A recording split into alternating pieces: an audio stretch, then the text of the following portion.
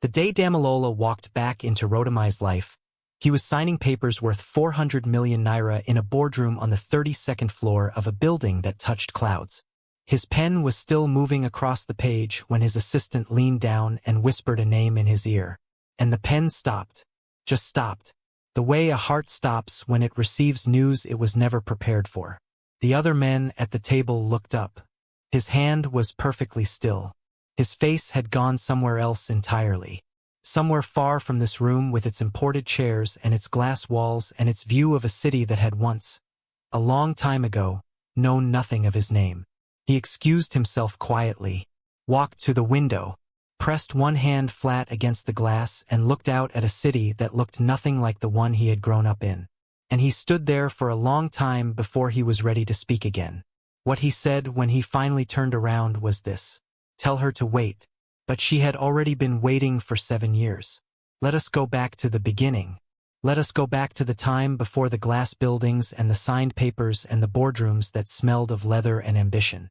Let us go back to when Rodomai Adeyemi was 23 years old and living in a single room he shared with 2 cousins in a neighborhood where the roads flooded when it rained and the electricity came and went like a visitor with no manners. His mother, Mama Rodomai, was a woman who wore her expectations the way other women wore their finest wrapper. Tightly, proudly, and with the full intention of being seen. She had sacrificed things she never told anyone about so that her son could finish his degree. She had sold fabric. She had plaited hair until her fingers ached. She had done what mothers do when they have decided, with the full force of their spirit, that their child will not inherit the life they were given. Rodomai knew what he owed her. He felt the weight of it every morning when he woke up. It was not a bad weight. It was the particular heaviness of being loved by someone who has paid a real price for your future. He was brilliant. Anyone who knew him knew that. He had a mind that assembled patterns the way other people breathed, without trying, without effort. He had started a small business importing and repackaging consumer goods while he was still in his final year of university. Not a big business. Nothing anyone would have noticed. But it was alive. It was turning.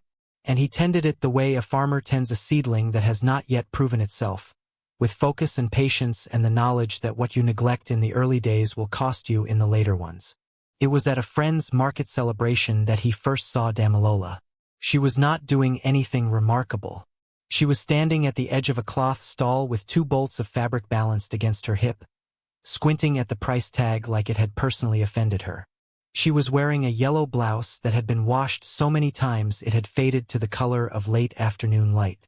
Her hair was tied back. Her shoes were practical. And she was arguing, quietly but with complete conviction, with a trader who clearly did not expect to be challenged. Rodomai stopped walking. His friend bumped into his back. Rodomai did not notice. She won the argument. She paid what she had decided was a fair price, tucked the fabric under her arm with the satisfaction of someone who has just won a small but important battle, and turned around, and found him staring. She did not look away. That was the thing that undid him. She met his eyes with a directness that was neither flirtatious nor challenging. It was simply honest, as if she had seen him and found no reason to pretend she had not. Her name was Damilola Ogunyemi. She was 21 years old. She lived with her mother and younger brother in 3 rooms that smelled of boiled yam and camphor and the particular warmth of a home that doesn't have much but hasn't lost its dignity. Her mother sold pepper and tomatoes in a nearby market. Her brother was in secondary school. Damilola was the one who kept the accounts, who woke up before 5 to help load the stall, who sat with her brother every evening to check his homework before she went to sleep. She had a laugh that came from somewhere deep and honest and filled any room it entered. She argued with a precision that made people feel that even when they were losing, they were being respected. She could stretch a small amount of money to cover more than seemed mathematically possible. She had an eye for detail and a memory for numbers and a belief, quiet but unshakable, that things could get better if you were willing to work without needing anyone to witness the work. Rodomai fell in love with her the way serious people fall in love. Not quickly and not recklessly, but completely. They were together for 8 months before he brought her home to meet his mother. He should have known. He knew, somewhere beneath all the hope he was carrying, that he should have known. Mama Rodomai received Damalola with a politeness so precise it was almost clinical. She offered water. She did not offer tea. She asked questions: where is your family from, what does your mother do, where did you attend school? And she listened to every answer with a face arranged into perfect neutrality. Damalola answered everything honestly, without apology, the way she always did. After Damalola left, Rodomai's mother sat with him in the small sitting room with the 2 chairs and the television set that hummed slightly when it was on and the curtain that had been the same curtain since his childhood. And she told him clearly and without any cruelty intended, at least none that she recognized in herself, that Damalola was not the right girl for him. He asked why. She did not say poor. She was too careful for that. She said that a man on his way somewhere needed a woman whose family could meet him at the destination. She said she had not sacrificed what she sacrificed so that her son could carry another family's burden. She said she had someone in mind, the daughter of a man she knew, a man with connections, with property, with the kind of name that opened doors. She said Rodomai was too young to understand what love felt like once the early feeling faded and the real work of life began, and you needed a partner who brought resources, not need.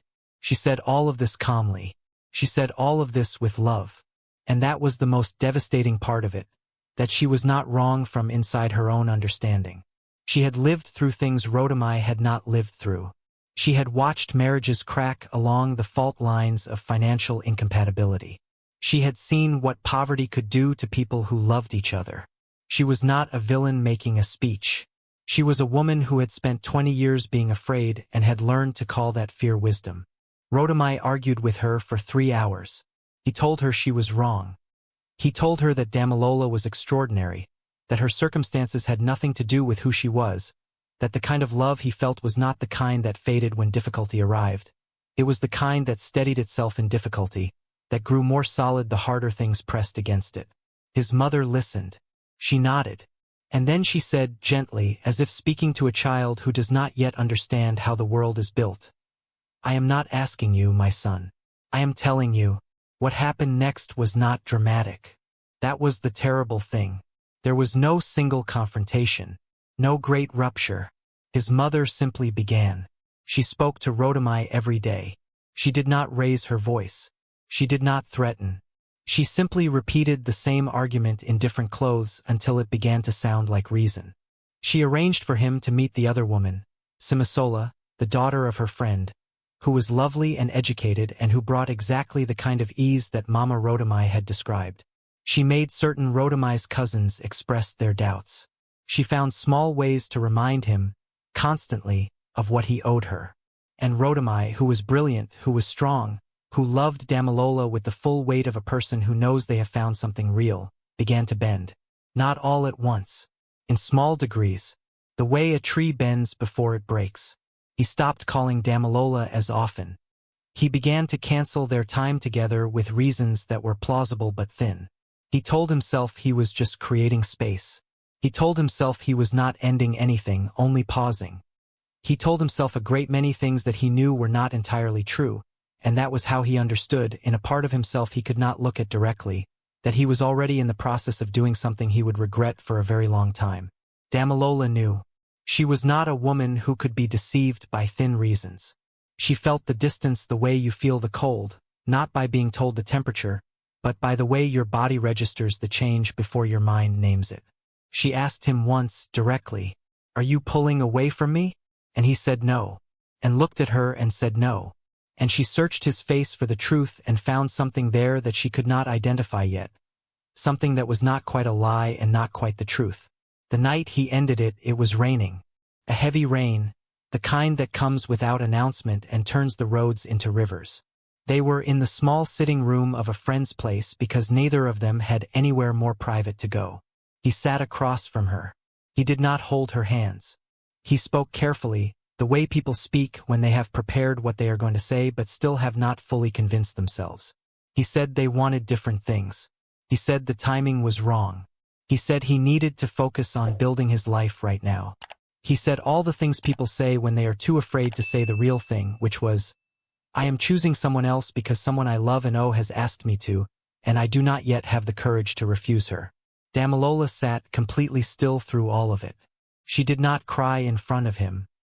He would not know this, but she had made that decision before she arrived. If this was what was coming, and she had felt it coming for weeks, she would not give it her tears while he could see them. When he finished speaking, she looked at him for a moment that felt much longer than it was. And then she said, quietly, "I hope you find what you are looking for." And she picked up her bag and walked out of the door into the rain and did not look back. Rodomai sat in that room for a long time after she left. The rain hit the zinc roof above him, and the sound of it was enormous, and he sat in the center of all that noise and felt something drain out of him that he could not name and could not recover. He told himself he would get over it. He told himself this was the right decision. He told himself that the feeling would pass. He was wrong about all three of those things, but it would take him years to understand how wrong. He married Simisola 14 months later. She was a good woman. Let no one make the mistake of turning her into a villain in this story. She was warm and intelligent, and she had done nothing except exist in the place Rodomai's mother had placed her. She knew, in the way women often know the things no one tells them, that something in her husband had never fully arrived. She was patient with it. She was kind. She built a home with quiet competence and asked very little about the room in him that always seemed to be elsewhere. Rodomai's business, meanwhile, was growing. Not in the smooth upward arc that people imagine when they tell success stories, but in the grinding and lurching and backsliding way that real businesses grow when they are built by people who are learning as they go. He made mistakes, several significant ones. He lost a contract that should have made him. He trusted a partner who should not have been trusted. He spent a year rebuilding from a loss that would have finished a less stubborn man. But he did rebuild.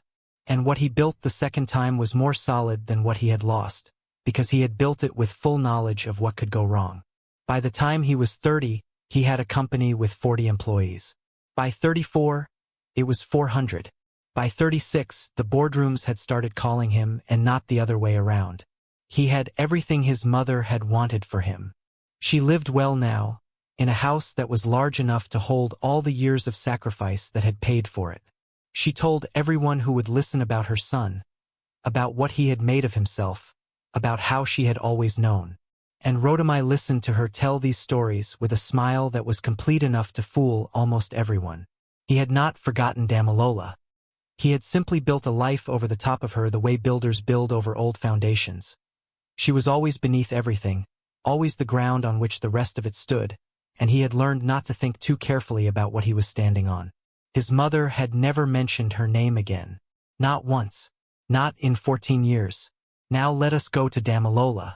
Let us go to the other side of the story, the side that the people at Rodomai's boardroom table would never have known existed. After the night in the rain, Damilola went home and sat in the kitchen of her mother's house and did not move for a very long time.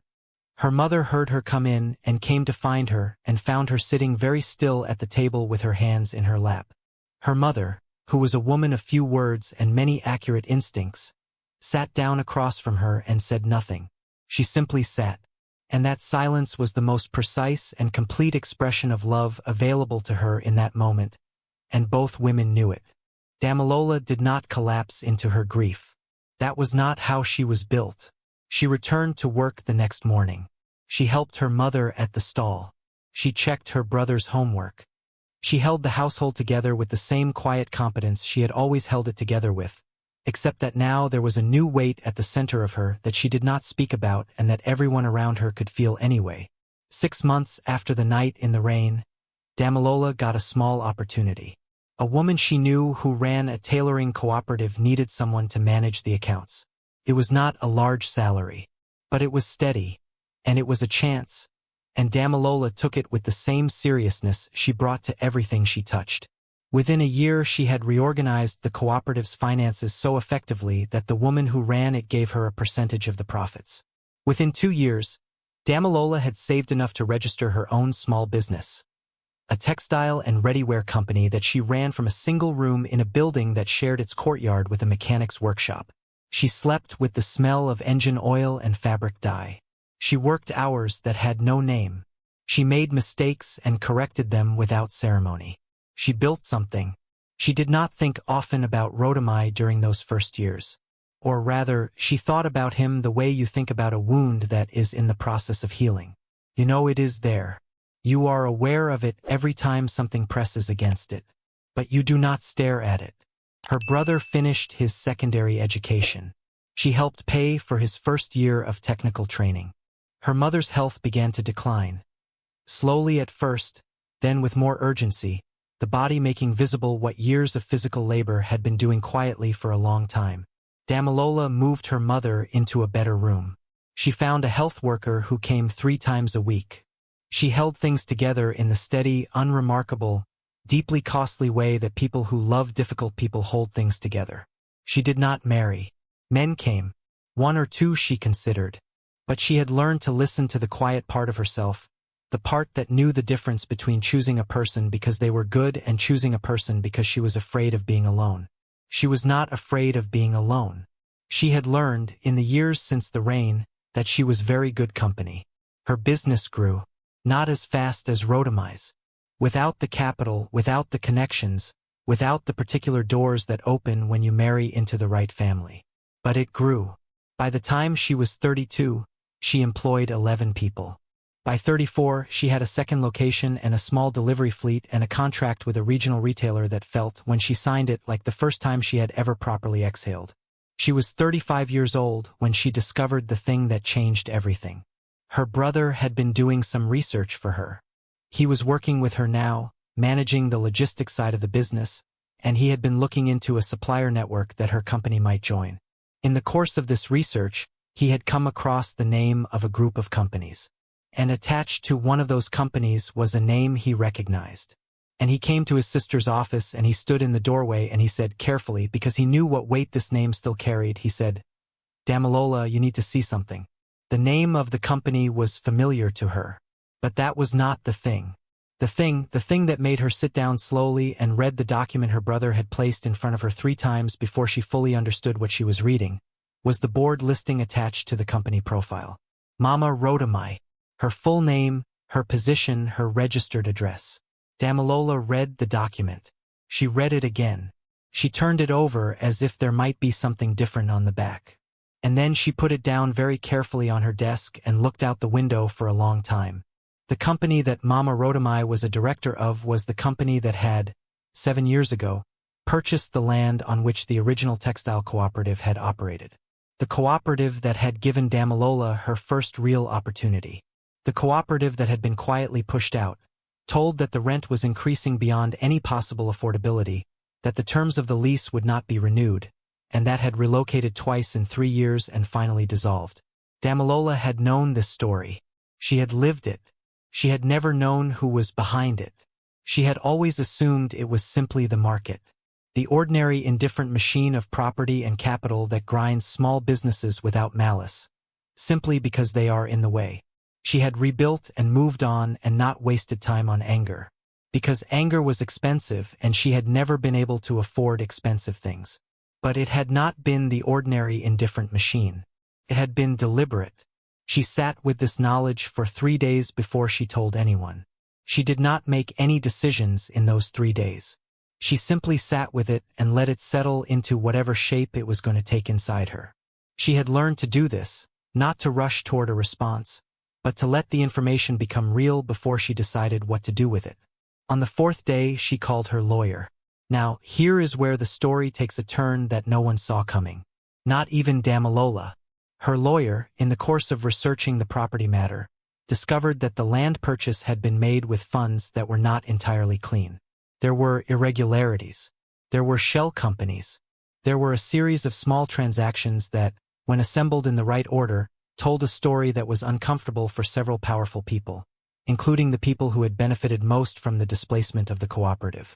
Damilola had not gone looking for this. She had simply asked a simple question, and the answer had grown in directions she had not anticipated. She sat with her lawyer in a small office that smelled of old files and considered what she was holding. She had not set out to cause damage. She had not set out to do anything except understand what had happened to something she had cared about. But she had the truth, and the truth had weight. She did not go to anyone yet. She went back to her business. She went back to her work. She watched and she waited and she thought carefully about what a person with good values does when they are holding something explosive that could destroy people, including a man she had once loved and still, In some chamber of herself she rarely visited, loved in the way you love something that has become part of you before you understood what love cost. It was her lawyer who first made contact with Rotomai's people. Not on Damilola's instruction, on his own initiative, exploring what he thought was a business angle. And that was how the name arrived in the ear of the assistant who leaned over Rotomai's shoulder in the boardroom on the 32nd floor. Damilola Oganyemi. In the building. Waiting. He walked out of the boardroom to find her in the reception area of a floor that costs more per square foot than most people earn in a month. She was sitting in one of the low chairs near the glass wall. She was wearing a dress the color of deep water. Her hair was natural. Her hands were in her lap. She was looking at the city below with an expression he could not read from this distance. He stopped walking when he saw her. She turned her head and looked at him. He had spent years pretending he could not remember her face exactly. He had been lying to himself. He remembered everything exactly. She looked older. Obviously she looked older. So did he. But the older was not a diminishment, it was an addition. She had the kind of face that had been made more precise by time, the way a stone is made more itself by the river that has been working on it for years. She stood up. He said her name. She said his. And then they stood there in the reception area of his 32nd floor, and neither of them spoke for a moment. All around them the ordinary business of the floor continued. Phones ringing, keyboards clicking, the particular sound of important things happening. But in the small circle of space between them, everything was very still. He asked her to come into his office. She followed him. She sat down in one of the chairs across from his desk. She placed her bag on her lap. She looked at him. He said it was good to see her. He said it as if he meant it, and he did mean it, and that was the problem. That it was simply, honestly true, and the honesty of it required no decoration, and he had spent so many years decorating things that the absence of decoration felt strange in his own mouth. She asked how he was. He said he was well. She asked about his family. He said they were well. She asked about his mother. There was a small silence. He said his mother was well. Damilola nodded. She looked out of the window briefly, and then she placed a folder on his desk. She pushed it toward him across the surface. She said, "I think you should see this." He did not open it immediately. He looked at her first. He tried to read what was happening in her face, whether she was angry, whether she was there for damage, whether what he was about to open was a weapon or a wound or something he could not yet categorize. She said, "I did not come here to destroy anything. I want you to understand that before you open it." He opened it. He read for a long time. The room was quiet. Outside, the city moved below them, indifferent and enormous. He turned pages. He went back to the beginning and read certain sections again. He put the folder down. He looked at his hands on the desk. She did not speak. She let him sit with it. He said, finally, his voice very quiet, "Did you know? Before this, did you know it was her?" Damilola said, "No." He said, "And if you had known?" She said, "I don't know what I would have done." That's the honest answer. Something moved across his face. He pressed one hand flat on the desk. He said her name, not as a greeting this time, as something else, as the name of a wound he had been carrying for years without calling it what it was. He said, "I owe you something I don't know how to pay." She said, "I'm not here for payment." He said, "Then what are you here for?" She was quiet for a moment. Then she said, "I'm here because I found something that belongs to you too. Because even after everything that happened, it didn't feel right to do anything with it without telling you first. That's the kind of person I am. It was the kind of person I was when you knew me. I didn't become a different person just because things were hard." He looked at her for a long time. Then he said very quietly, something he had not said to anyone in 14 years. He said, "I should not have let her do it. I should have refused." Damilola did not move. She held his gaze. He said, "I was afraid of failing her. I was afraid of everything she had sacrificed not being worth it. I told myself I was being reasonable. I told myself I was growing up. I was not growing up. I was choosing the easiest version of courage, which is no courage at all." She said, "I know." He said, "I am sorry. I know that comes very late. I know there is no shape I can put around that word that makes it fit the size of what it belongs to. But I am sorry. She was quiet for a long time. She looked out at the city. She turned the strap of her bag in her fingers once, twice. Then she looked back at him and she said, I spent a long time being angry. You should know that. I didn't perform gratitude or forgiveness to make things easier for anyone, including myself. I was angry and I let myself be angry and I built my life with the anger as fuel and I don't regret any of it. But the anger is gone now. Not because you deserve its absence. Because I don't need it anymore. He said, what do you need? She said, nothing from you specifically. My business is doing well. My mother is looked after. My brother has his own life now. I have built what I built with my own hands and that feels more mine than anything given to me ever could have. He said, and personally? She looked at him steadily. She said, that is a more complicated question. He said, I know. She said, I need time to think about what this is, what is possible, what it would mean. I didn't come here expecting anything except to do the right thing with the information I was holding. He said, and what will you do with it? She said, I think we need to involve the right people. Quietly, carefully, in a way that addresses what happened without burning down everything in reach. Including people who don't deserve to be burned. Including your wife who did nothing. He said, my marriage, she said, is not something I am here to discuss. That is your life. Whatever it is your life to manage. I am not here as an alternative. I am here as a person who found information that needed to find the right person. He said, you are remarkable. She said, I know that too. And there it was, the laugh. Small, brief, escaping her before she decided whether to let it out. The one he had not heard in 14 years. It was exactly the same. He felt it hit him in the chest with a precision that he had not been prepared for, and he looked at the surface of his desk for a moment. She stood up. She said she would have her lawyer send over the complete documentation. She said she expected him to do the right thing with it. She said that whatever complicated history existed between them was separate from this, and she trusted him to keep those two things in separate rooms. He stood up. He walked with her to the door of the office. He opened it for her. She stepped through. She turned to look at him one more time, and he saw in her face not forgiveness exactly. That was too clean a word for something this layered. What he saw was completion. The particular look of a person who has closed a circle not by mending it but by walking all the way around it and arriving back where they began and finding that the arrival feels different from the leaving. She left. He stood in the doorway of his office for a long time. His assistant appeared with a question about the afternoon's meeting, and he held up one hand and the assistant disappeared. He called his mother. She answered on the third ring. Her voice was familiar and warm. She asked how her son was. She told him she had been talking about him to the women at her church. She said she was proud of him. She said all the things she always said. He listened to all of it. And when she finished, he said, Mama, I need to talk to you about something. His voice was quiet and even, and she heard something in it she had not heard before. Not anger, not accusation, but something more difficult than those. Something that required her full attention. She said, tell me. And he told her. He told her everything. Not with cruelty. Not with the desire to wound. But with the specific, complete, undecorated truth that he had been practicing for 14 years without knowing he was practicing it. He told her what he had found. He told her what it meant.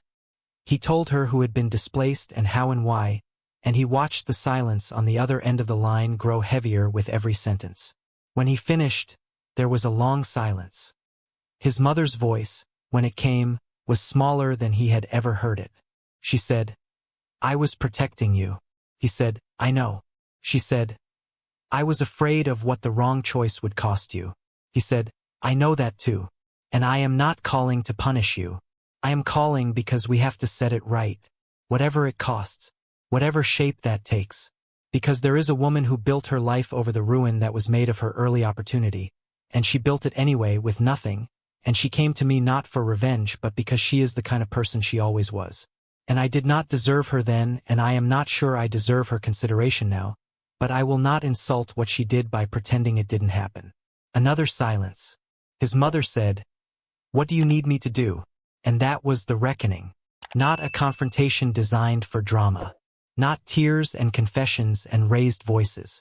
A quiet, honest conversation between a mother and a son who both loved each other fully and imperfectly, in which the truth was finally placed on the table between them without either of them looking away from it. His mother met with Damilola 3 weeks later. She sat across from her in a restaurant with a modest tablecloth and good food, and Damilola arrived exactly on time. Mama Rodomai had aged. Her hands were thinner than Damilola remembered, and she carried herself with slightly less certainty than before.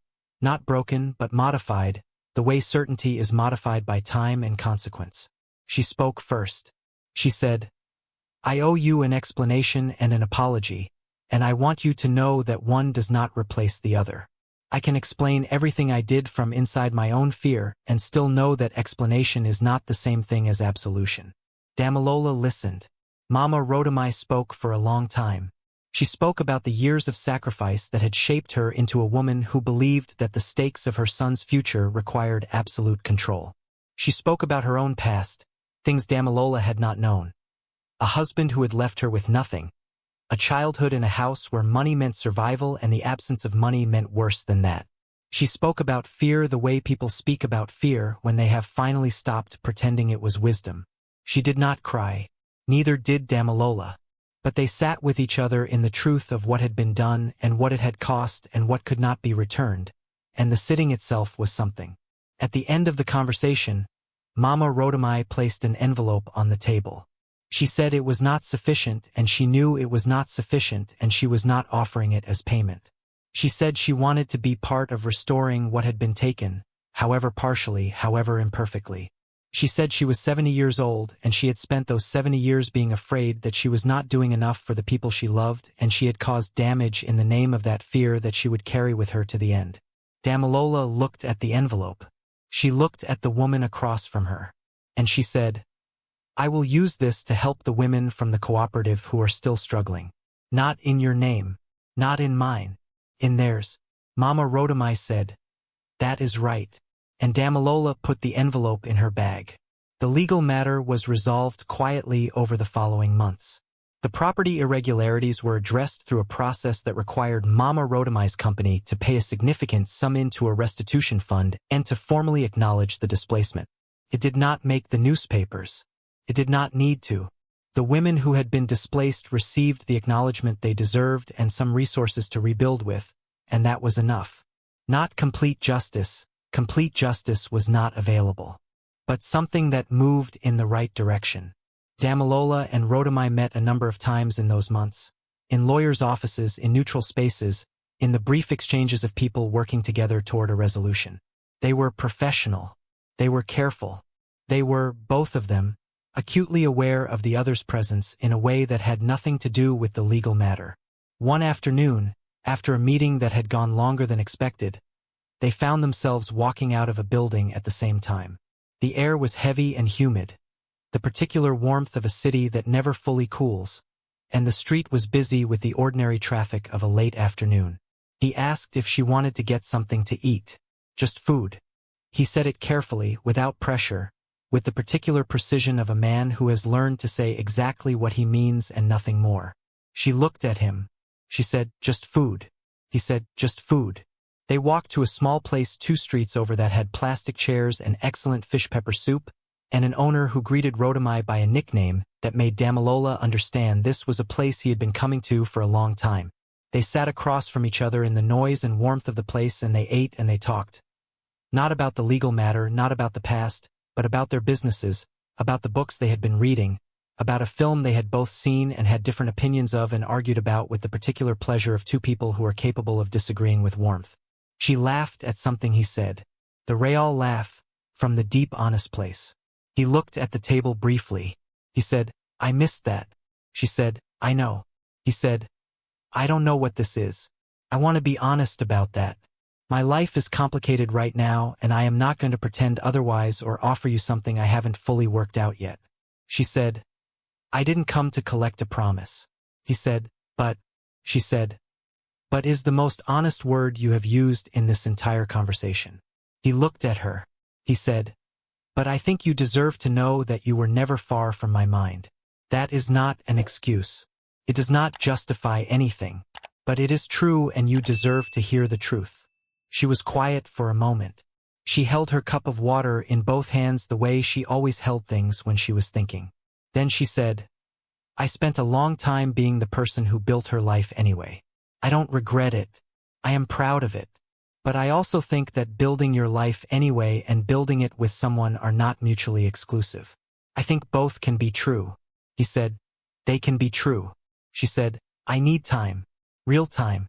Not a conversation, not a promise, not a gesture. Time." He said, "I have learned how to wait. Took me too long to learn, but I know how now."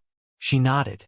She looked at him one more time with that clear, honest, undeflected gaze that had undone him the first time he saw it and had not lost any of its power in the years between. And then she returned to her soup. Outside, the city moved. Loud and alive and full of people making their own complicated decisions, carrying their own unspoken things, building their own lives over the terrains of loss and love and the particular hope that refuses to fully die even when every reasonable argument has been made for its extinction. There is a lesson in this story that does not belong to any one character. It belongs to all of them, and it belongs, if you are honest, to you. When we love someone with the full force of our fear, we do not become their protector. We become their obstacle. Mama Rodomai loved her son completely and genuinely, and she turned that love into a blade aimed at everything she did not understand or could not control. She was not a bad woman. She was a frightened woman who had never been given the tools to know the difference between those two things. And the terrible distance between good intentions and good outcomes is one of the places where the most irreversible damage in human life is done. Damilola carried the weight of what was done to her without becoming bitter under the weight. That is not a small thing. That is one of the rarest and hardest things a human being can do. To be injured by life and to decide, not once but every morning again, that the injury will fuel you and not define you. To build your life with your own hands and to find, when you hold what you have built, that it belongs to you in a way that nothing handed to you ever could have. And Rodomai, brilliant, flawed, genuinely loving, genuinely cowardly Rodomai, found his way back not through a single heroic act but through the slow accumulation of small honest choices. The choice to tell the truth to his mother.